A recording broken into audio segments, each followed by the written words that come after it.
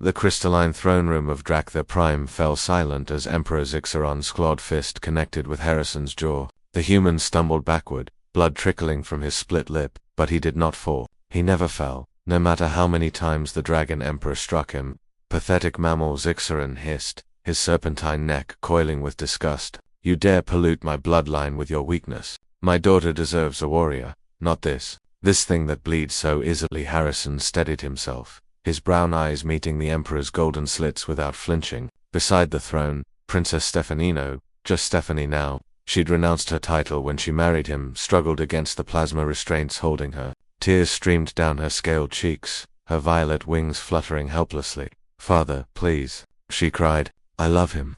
Love. The Emperor spat the word like poison. You know nothing of love, daughter. You know only the foolish infatuation youth brings. This human has bewitched you with his primitive charm. Harrison wiped the blood from his mouth.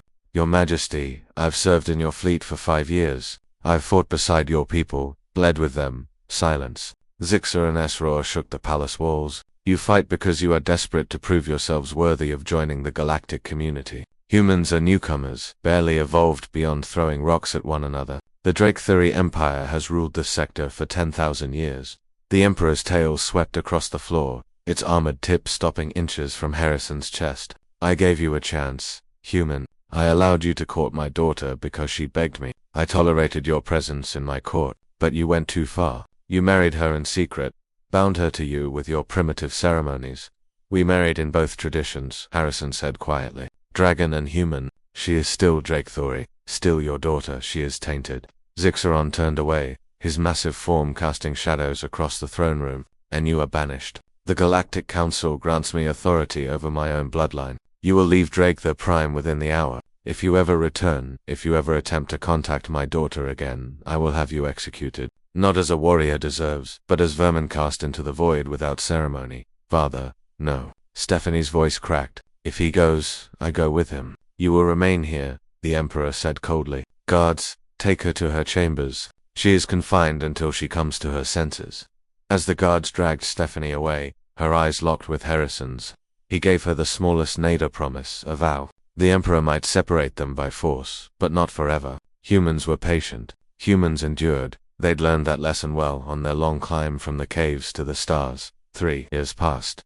Emperor Zixaron stood in the same throne room, but now it felt emptier than the void itself. His daughter had vanished 6 months ago, slipping past every security measure, every tracking device, every magical ward he'd placed upon her. His best hunters had found nothing. The Drakethuri intelligence network feared across 100 systems had come up empty. Stephanie was gone, and Zixaron knew where she'd gone. To him, to that cursed human. Your Majesty, his advisor, General Krickstar, approached cautiously. We've received a transmission from the human colony of New Terra. Zixaron's claws dug into his throne's armrests. What do they want? It's not from their government, sire. It's personal. For you. The holographic display flickered to life. Harrison stood there, older now, with new scars and a harder edge to his eyes. But he smiled, genuinely smiled, as Stephanie stepped into frame beside him. She looked radiant, her scales gleaming, her wings full and healthy, and in her arms Zixaron's breath caught, a child, a hybrid.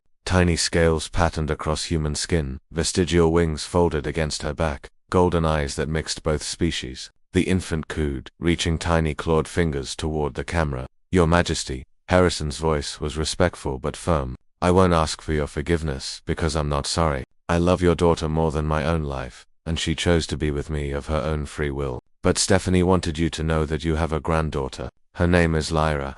Stephanie stepped closer to the camera, her expression a mixture of sorrow and defiance. Father, you said I was tainted. You said Harrison was weak because humans bleed easily because they haven't ruled empires for millennia. But you taught me that strength isn't just in how hard you can hit. It's in how many times you can be knocked down and still stand up. Harrison was beaten, banished, torn away from everything he'd built on our world. And he didn't break, he rebuilt, he thrived. He founded a trading company that now employs both humans and Drakethuri refugees. He created something from nothing. Father, that's human strength. Harrison wrapped his arm around Stephanie. We're not asking to come back. We've made our own home here. But your granddaughter should know her heritage, both sides of it. When she's old enough, if she wants to visit Drak the Prime, we hope you'll allow it. She deserves to know her grandfather. The transmission ended. Zixaran sat frozen on his throne, staring at the empty space where his daughter's image had been. He'd beaten the human, banished him, and lost his daughter because of his pride. Now a granddaughter existed that he might never hold, a bridge between species he'd tried to destroy. For the first time in his 1,000-year reign, the Dragon Emperor felt the weight of his mistake. Humans didn't conquer through force alone. They conquered through persistence, through love, through the simple, terrifying ability to endure anything and build something beautiful from the ashes.